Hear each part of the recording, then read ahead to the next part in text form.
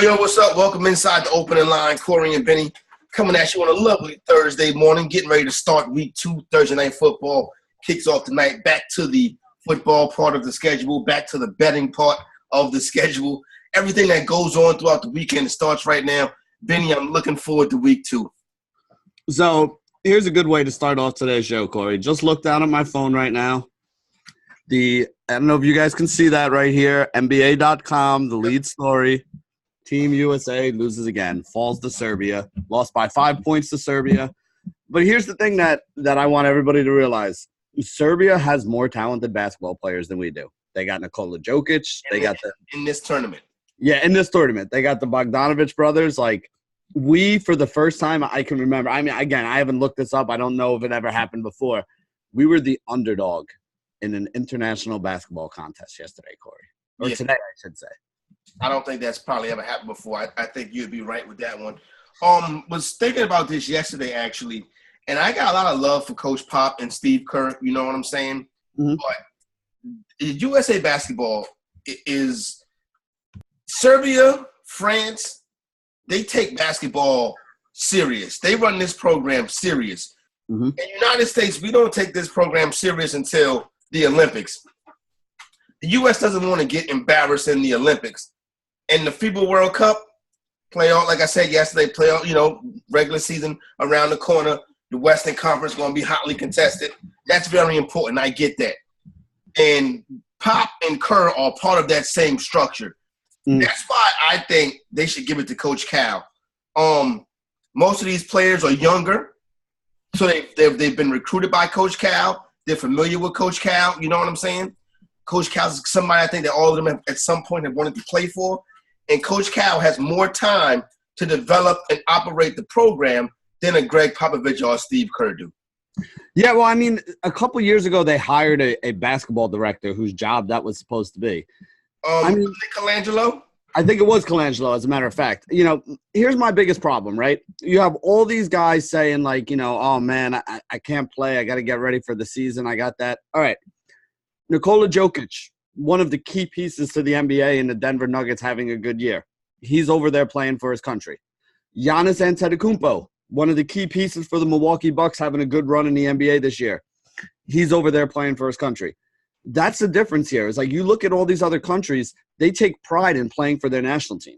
These guys want to be there. They want to be out on the floor. They want to be competing and trying to bring home, gold medals and championships and all that stuff for their country. In the U.S., our guys don't. I mean, that's really what it comes down to. I think it's more I really do feel like I don't think it's about not playing for the country. I think it's more about playing for the organization that pays them. And I wouldn't be surprised if a lot of general managers pulled some of these players too. Number one, I think they take it more serious. I don't think this is how I really think it's going to go, Benny. I don't think the USA basketball is going to take it serious until it's an Olympic year. This won't happen in the Olympics next year. I didn't want to see it happen in the World Cup. You know what I'm saying? But I don't know. I don't know if these guys will come together. I mean, you know what? They may now because we lost. This actually may be the best thing to happen to U.S. basketball.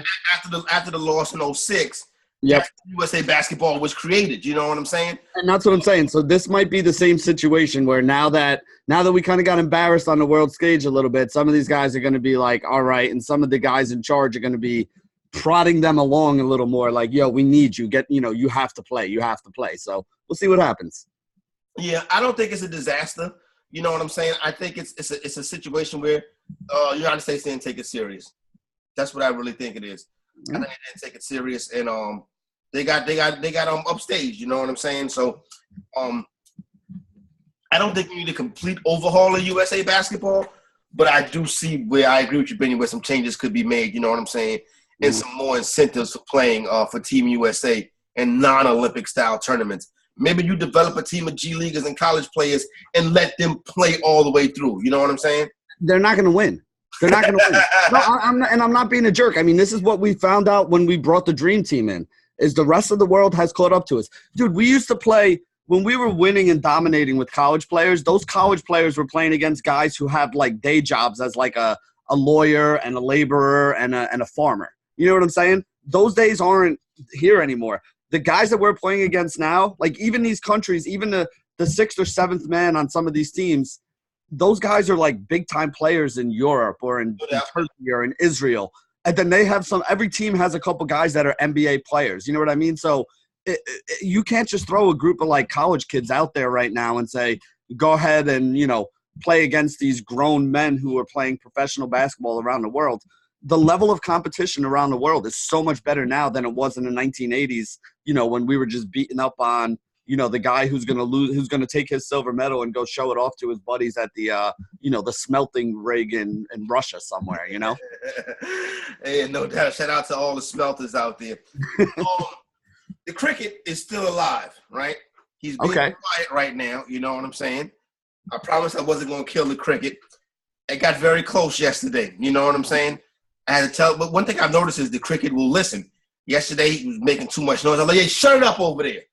And he actually was quiet. I was like, oh, shit. You know what I'm saying? Better than my kids. So he was quiet. So then after a while, I realized he's too quiet. You know what I'm saying? Mm-hmm. So I went to go check on him. You know what I'm saying? And one of the little sticky insect traps, he's on one of them. You know what I'm saying? Oh. So, yeah, I know, son. I didn't put the trap down, so officially I didn't kill him. You know what I'm saying? Mm-hmm. But the owners of the home was like, we're sick of this shit. You know what I'm saying? So they got him. So he's on his last legs, but he's still got some chirps in him. You know what I'm saying, Benny? So yeah. You just can't sit there still on that glue for 48 hours without, whittling away. I mean, you know what? He was part of the show, man. He was one of our best guests. Like, it happens sometimes. So we'll always have a place in our heart for him. We'll have to put like a RIP, Yeah. Next year when we talk about September 11th, we'll also have to remember the cricket. Never forget the cricket too, Never forget Ted Finn Jr. All my squad know about Ted Finn. I was in there when Ted Finn. It was funny. It was it was me. It was oh God, Benny. I never forget the story. I remember I left right after Ted Finn came. Okay, yeah. Well, we were still talking about the name. At the time, he didn't have a name yet, but Ted Finn was the fish over at the Fantasy Sports Network that Nando, amazingly, me and Nando went and bought a fish in a fishbowl and set it up in the studio, and Ted Finn became a fan favorite. And then Ted Finn froze to death, actually. You know what I'm saying? Is that really what happened? That Ted Finn froze to death. I kind of take responsibility for it because I had the kids with me. The kids were up here, and I was getting Benny. It was a New Year's Eve 2 years ago. It was 1 degree, and I almost froze the kids to death that day. Both of them swore they would never come back to New York. My daughter was actually crying. That's how cold it was. And she was like, I'm scared. I can't feel my fingers, Daddy. I'm like, I was going to hypothermia. What the fuck am I going to do? That's funny. Even my son was like, yo. I was like, all right, we're going to be all right. Well, it was so cold in the studio. My daughter had actually said to me, when we leave, we should take Ted Finn out the studio because it's freezing in here. And I was like, oh, it's a good idea. Uh-huh. And, I left out the studio and forgot about Ted Finn. And we came back that next Monday morning. That was that was a Sunday show. Yeah, it was overnight. It was just simply overnight. Maybe it was New Year's Eve. That Monday was New Year's Day. So he stayed in there. He stayed in that fishbowl in that freezing studio. All day Sunday, the rest of the day Sunday, all day Monday. When we came in Tuesday morning, Scott Engel, shout out to the king. He would normally feed the fish. But, Scott vision not the best. So he still was feeding the fish, whatever. and I sat there, and after a while, I noticed, I was like, man, Ted Finn ain't go get his food. And I, kind of was knocking on the joint. And that's when I realized, Benny, we had seen the last of Ted Finn. So shout out to Ted Finn. Ted Finn died on New Year's Eve. You know what I'm saying? Hey, he made it to the new year. He got to see the ball drop, so.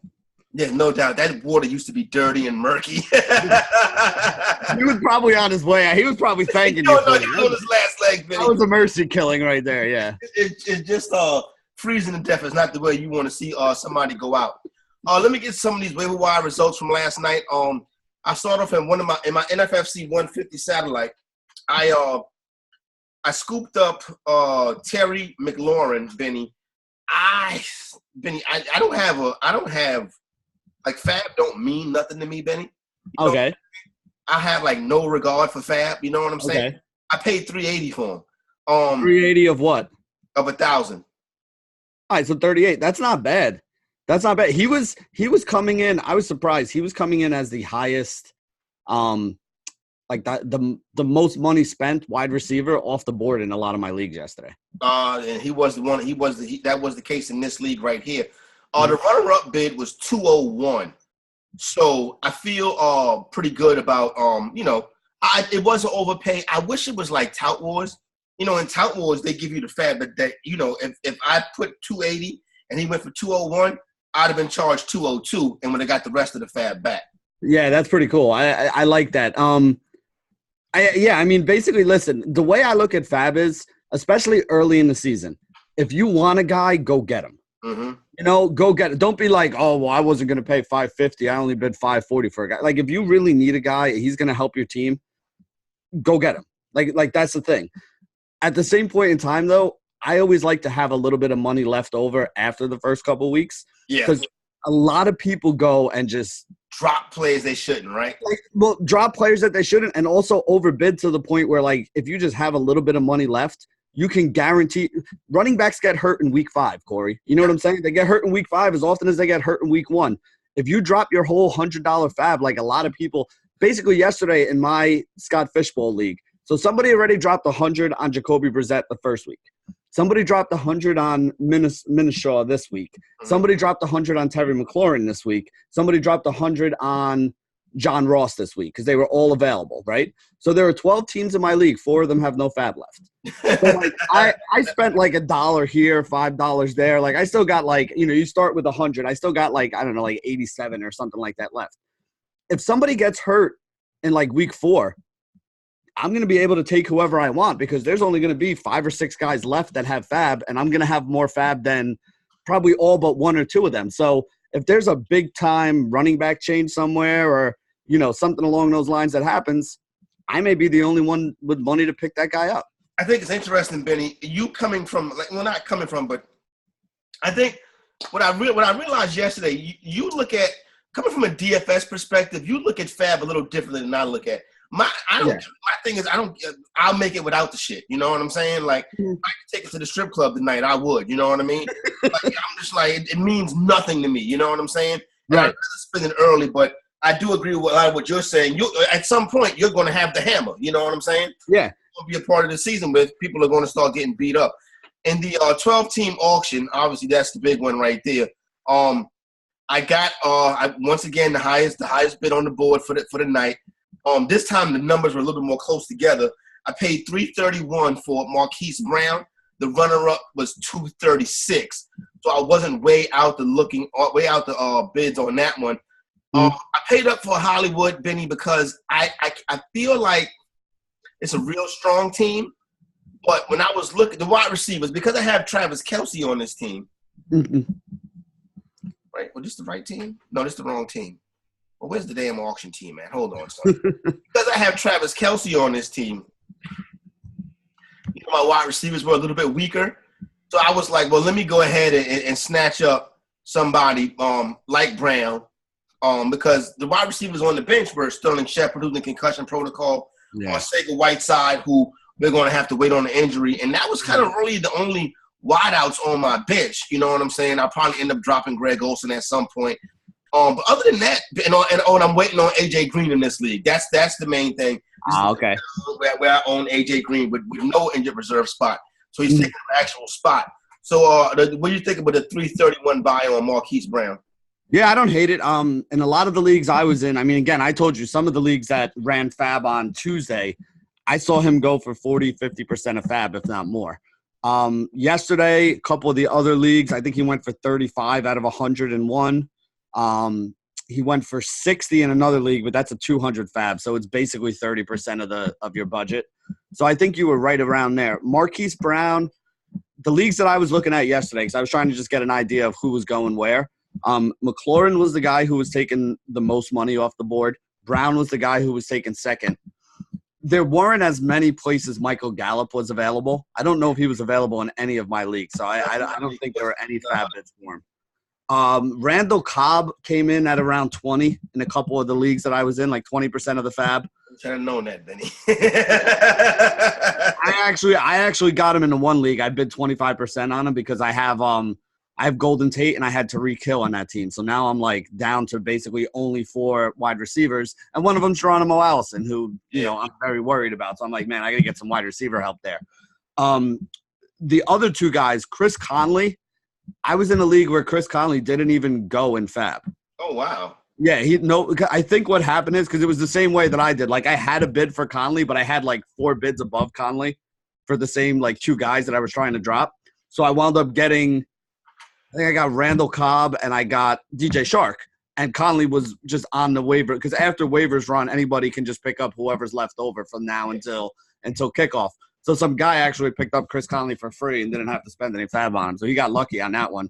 But guys like Shark and Connolly were going for like 8 to 10% of the budget. They were the cheap guys that you could have added at wide receiver, at least in the leagues that I was in, that I saw. Yeah, matter of fact, I'm going through my list now. I'm not even seeing those guys. I'm gonna do a double check back. I'm gonna do a double swing back. I got Randall Cobb in one of my leagues, Benny, and people don't value his Randall Cobb as much as I do, Benny. I'll just say that. I'm the same way. I guess they didn't watch. Listen, I was looking over some of the stats from that Dallas game. Yeah. You got to be pretty happy with Kellen Moore as your offensive coordinator. I love it. Kellen Moore, full disclosure, Kellen Moore, probably around week 9, after the loss of Tennessee last year, they more or less sat down and was like, Kellen Moore need to start calling plays because the Dallas Cowboys were running the ball every single first down, and that was putting them in bad down and distance situations. You see now the Cowboys will do a lot of play action on first down, and they'll throw the ball to the running back on first down. Another thing, I was told by Marshall Faulk that when Dallas fired Scott Linehan, that everybody was saying that Kellen Moore was the right hire there. Also, Dallas has Chris Richard on their defense. He's one of the hot young assistants. I heard don't be surprised if when this offseason comes, Kellen Moore is getting more job offers than Chris Richard. He should be. I mean, listen, I don't know. You know who Warren Sharp is, right? Like Warren Sharp, one of the best minds in football. He actually does consulting work for a lot of NFL teams and all that stuff. So I get his book every year. I think his book is a good, preseason thing because it breaks down stats that other people kind of aren't looking at. Yeah. And he goes through like the difference between the way the Patriots call plays and the way some other teams in the NFL call plays. And, very analytically, very kind of breaks everything down. There are certain things that help your team have more yards per play. And the more yards per play, the shorter second and third downs you get, the more efficient your offense is going to be. And all the stuff that you just said, like using more play action leads to more yards per play. They used a ton of play action, Dallas, in week 1, something that they don't normally do. Using more 11 personnel, meaning 1 running back, 1 tight end, and going that way. Because you have the threat of pass that the team has to defend, and also it makes it easier for you to run, as long as you know where you're going and you have that advantage. All those different things that they were doing, all the things that are, positive for an offense, you look at the week 1 Dallas stats versus Dallas in years past, they're now doing all those things that they never did. And look what we saw happen. Not only, again, they didn't even really use Zeke. They didn't even need Zeke in week 1. I know that sounds crazy to say, but they really didn't even need Zeke. Just the threat of Zeke being there, the threat of the run, opened up all that stuff for the passing game. That's why Randall Cobb's game was so good. That's why Michael Gallup's game was so good. I mean, Amari Cooper. They have weapons all over now, and instead of just trying to pound the ball up the middle, which, again, they could still do with their great offensive line and their great running back, but now there's also the threat that they can throw the ball all over you. This is going to be a very tough offense for defenses to defend this year, and I think we're going to see the Dallas Cowboys put up a lot more points than they normally do. No, I would agree with that. I think Dak Prescott is in line for a pretty big season. And I think Dak Prescott could be an MVP candidate at some point. John Ross was going in about the 25% range. Raheem Mostert was going in about 15%. Deion Kane saw some bids at about 6%. A.J. Brown, another player, I wish we could talk about him more yesterday. He was going for, a cheaper price. And then, like you said, Benny, Chris Conley and some of those guys were the guys that were going less. DJ Shark remains on the waiver wire in some of my leagues. Some of the players that were dropped, Taylor Gabriel was dropped. Devin Funchess obviously is hurt, so he was dropped. Marquise Lee was dropped. Marquise Lee is pretty banged up too. Nelson Aguilar is not getting much work. Jalen Richard was also dropped. These are names that we could circle back to later on, but I don't see any problem with dropping those guys right now. Gabriel, I want to hold on for a little bit longer, but after what I saw from Trubisky in night one, Benny, I'm just off the Bears altogether. To be honest, he's the only guy on that list that I would click the watch list for, and be like, all right, I'll keep an eye on him. I may need him, especially when bye weeks roll around. But yeah, I mean, if you're dropping him for some of the guys that we've talked about today, I have no problem with it because I think they all project to have better seasons in the situations that they're in than Taylor Gabriel does right now, unfortunately. I wish I would have picked up a little bit more Keyshawn Johnson. I really just got to look at what he did in week one, heavily targeted. I can see that being the case a lot. I think the young man could have a nice season, especially in PPR formats, Benny. Yeah, 76% of the snaps he played. So he was behind Christian Kirk and Larry Fitzgerald, but that's still a lot of snaps that he was out there. One thing I'd keep an eye on this week, I don't really think it's going to have a big impact, but apparently Michael Crabtree is playing this week for Arizona. True. I don't think they're taking Larry Fitzgerald or Christian Kirk off the field to give Crabtree snaps. So just keep an eye. I still think Keyshawn Johnson sees the snaps, but just keep an eye on it because that might be something that could change the 76. If it drops it down to 50, and he loses half his targets, that could be something that changes my opinion. But I like what I saw out of him in week one. So yesterday, as just getting stuff done and stuff like that, I had to do the two pieces for The Athletic. So I did the beat writers survey with the coaches, and we'll get into that a little bit tomorrow. The beat writer survey had to write the questions for all the beat writers. And then I had to do an article for The Athletic. And basically I wrote, some of my observations from week one and going into week two, Benny. And I specifically wrote that, and you know this because I've been saying this all along, how I prefer to play the long game with Miles Sanders. And I was warning owners that they should probably, telling owners they should probably do the same thing, right? I told them, I said in the article, I would play the long game with Miles Sanders. And I would also, only when I play the long game with Miles Sanders, if there's a owner with a quick trigger finger in your league, I would try to take advantage of that owner. You know what I'm saying? Mm-hmm. I did that, got enhanced, did all my work, got enhanced some more, and then, you know what I'm saying, finally got to bed and went to sleep. And when I woke up this morning, Benny, I'm laying in bed and I'm going through my emails, and I get a trade proposal. You know what I'm saying? And it's somebody asking me to trade them Miles Sanders when I just said I'm playing the long game with Miles Sanders. But it was my man Mike Clay in the snake draft, the Kings Classic Snake Draft League, which I have Lamar Jackson as my quarterback. It's this the league where I have Tyreek Hill, AJ Green, and Tevin Coleman on the IR list. I picked up Willie Snead and Deion Kane, Calvin Ridley and Randall Cobb in the lineup. And then Miles Sanders is in the lineup too.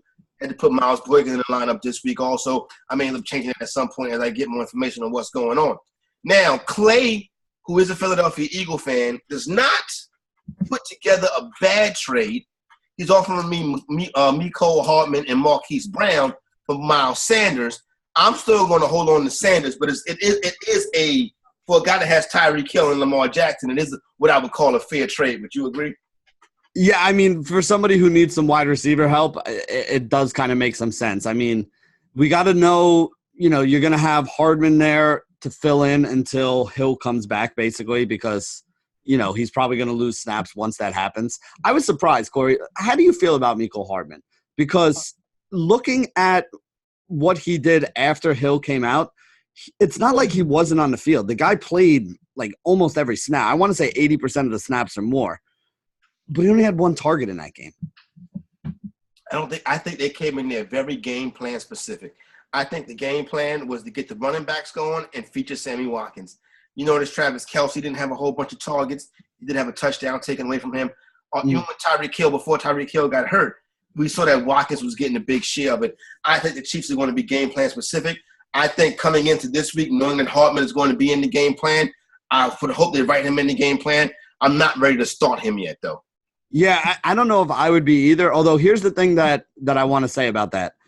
Sammy Watkins had literally an all-time game. I mean, that was the best game of his career, basically. Tell me about it. 10 catches, 190 yards, 3 touchdowns. I mean, This is what people thought Sammy Watkins was going to do in the league when he got drafted. He would do the last 5 years when he was on my team, sitting on the goddamn bench.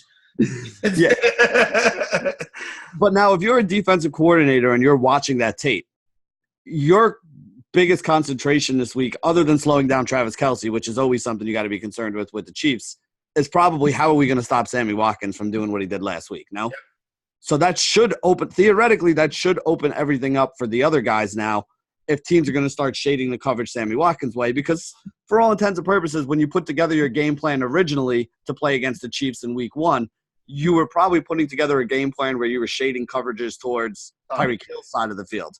Now Sammy Watkins has that old problem of, when you're the number 2, you're great, but now that you're the number 1, can you still kind of produce that way? Which also slides Mecole Hardman now into that role. Watkins is a big-time player, so he should be able to still produce that way. I would say Watkins is more of a big-time player than Tyreek Hill is. Tyreek Hill is just getting it done. But pound for pound, Watkins is probably more talented. More talented overall, I'll give you. Tyreek Hill to me has always been the classic deep receiver, right? Like he's the guy that just has speed to burn. You know what I mean? And Sammy Watkins could be, the guy that plays the role of, the main wide receiver on your team. Whereas Hill is not really the guy who you want as your main wide receiver that you're throwing all kinds of routes to.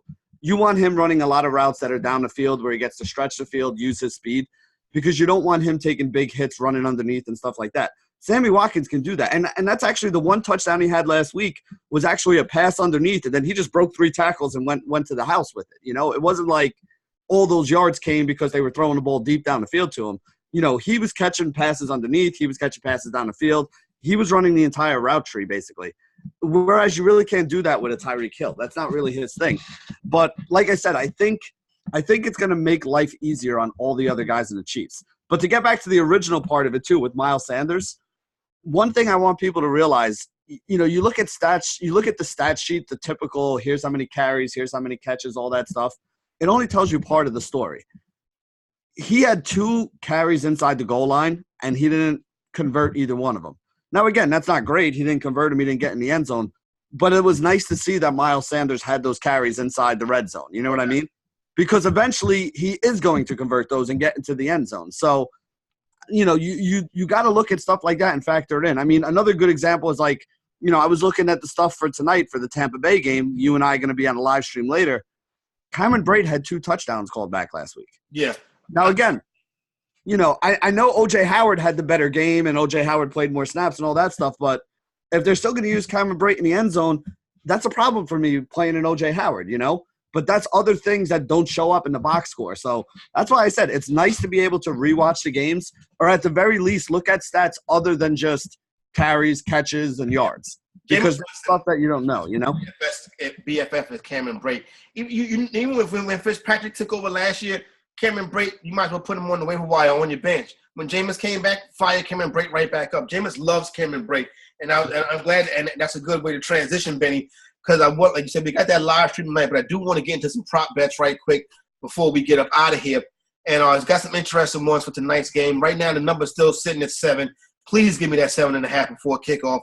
As you know, I'm on the Buccaneers tonight. Cam Newton passing yards, Benny, 258.5. No interest, to be honest with you. I agree.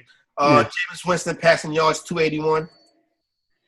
I honestly would be a little more interested in Jameis passing yards than I would be in Cam Newton. 281 is a big number. That is a high number. And I think you're going to see a lot of people play the under on that one.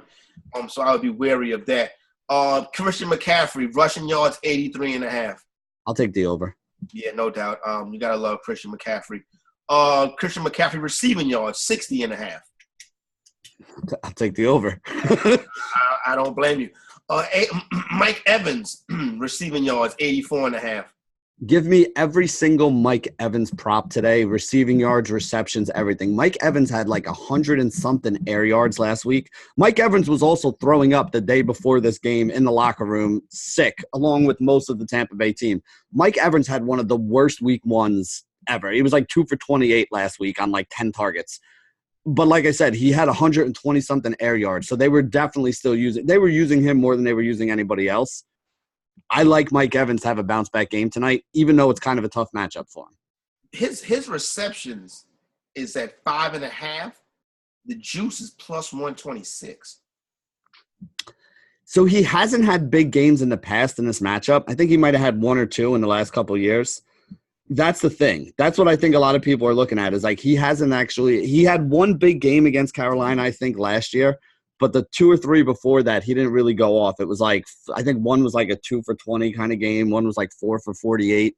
So that's the thing is he hasn't had good numbers against this team in the past, but I think a lot of the reason he didn't play well last week was the fact that he was really under the weather and really sick because they still used him as a major part of this offense. He just didn't produce like he normally does. I don't know this to be a fact, Benny, but I'm not the statistics guy that looks up stuff like this. Mm-hmm. I would almost feel as if Mike Evans has big games in prime time. I think he plays big at night. I would look into that. I was gonna say I haven't looked into it, but it wouldn't be that hard to do. You can a lot of times if you go to like the game log, it says Monday night or Sunday night on it.